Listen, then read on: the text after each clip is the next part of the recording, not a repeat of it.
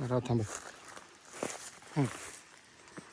शेतकरी मित्रांनो नमस्कार. आज आपण नंदी तालुका चिकोडी जिल्हा बेळगाव कर्नाटकमध्ये प्लॉट व्हिजिटसाठी इथं आलो आहोत.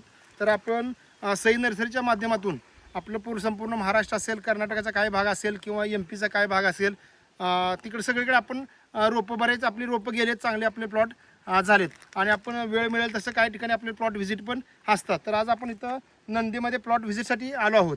प्लॉट व्हिजिट येताना याच कारण म्हणजे त्यांना आता नवीन एक प्लॉट बनवायचा आहे, त्यासाठी त्यांना VNRची पेरूची रोपं द्यायची होती. त्यासाठी आपण इथं आज आलो आहोत.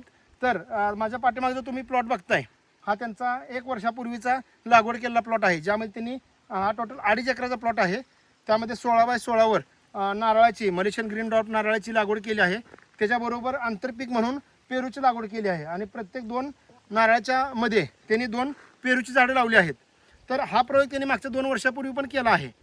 जिथं 46-47 गुंठ्यामध्ये त्यांनी लागवड केली आहे, तिथं त्यांनी 15x15 लागवड केली होती आणि 15x15 नारळाची लागवड आणि 2 नारळाच्या झाडाच्या मध्ये 2 पेरूची झाडं आणि जे 2 लाईन आहे, लाईनमध्ये त्यांनी परत 5 फुटावर पेरू करून 1000 झाडं बसवली होती आणि नारळाची 200.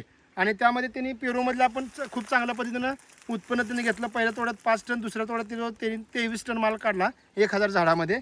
आणि अजून त्याच्यापेक्षा जर पुढचं झालं तर ह्याच्यामुळं बऱ्याच ठिकाणी आता सध्या तुम्ही बघताय ऊन भरपूर आहे आणि हा पूर्ण रानपट्टा आहे आणि बऱ्याच ठिकाणी प्रॉब्लेम आहे की पेरूला फोम लावतो आपण, कॅरीबॅग लावतो तरी पण सनबर्निंग होते, म्हणून आपण त्याच्यावरती परत पेपर मारतो.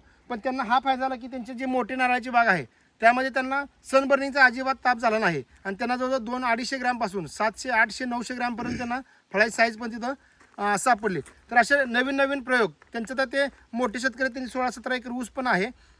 लेबर मिळत नाही किंवा लॉंग टर्म पीक असावं, कमी खर्चात लॉंग टर्म आपल्याला फिक्स इन्कम मिळावं, त्यासाठी त्यांनी नारळाची लागवड जवळजवळ 850 झाडे नारळाची लावलेत. जे त्यांचं टार्गेट आहे की वर्षाला 100 नारळ आणि 10 रुपये जरी गेला, एक नारळ एक वर्षाकाठी 1000 रुपये जरी दिले तरी त्यांचे 8-10 लाख कुठं गेले नाहीत. ह्या टार्गेट ठेवून त्यांनी केलेलं आहे आणि खूप चांगला प्लॉट पण इथं त्यांनी उभारला आहे. तर असे जर नवीन जर तुम्हाला प्रयोग बघायचे असतील तर नक्की एकदा आपल्या चॅनलला भेट द्या. ज्यांना कुणा अशा पद्धतीची लागवड करायची असेल, मग ते नारळ असेल, पेरू असेल, आंबा असेल, चिक्कू असेल, मोसंबी असेल, जांभळ असेल, तर आपल्या शासनमान्य सई नर्सरीला तुम्ही भेट द्या. तुम्हाला चांगल्या दर्जाची खात्रीशीर रोपं मिळतील. त्याचबरोबर योग्य तो प्रात्यक्षिक सल्ला पण तुम्हाला दिला जाईल. कारण की नुसतं तोंडी मार्गदर्शन करण्यापेक्षा ज्यावेळेस स्वतःच्या आपले प्लॉट असतात, प्लॉटमध्ये आपण जी काही कामं करतो त्या पद्धतीने आपण त्यांना सगळं गायडन्स करत असतो. त्यामुळे कमी खर्चात कसं उत्पन्न आणायचं याची पण आपण त्यांना योग्य ती माहिती देत असतो. धन्यवाद.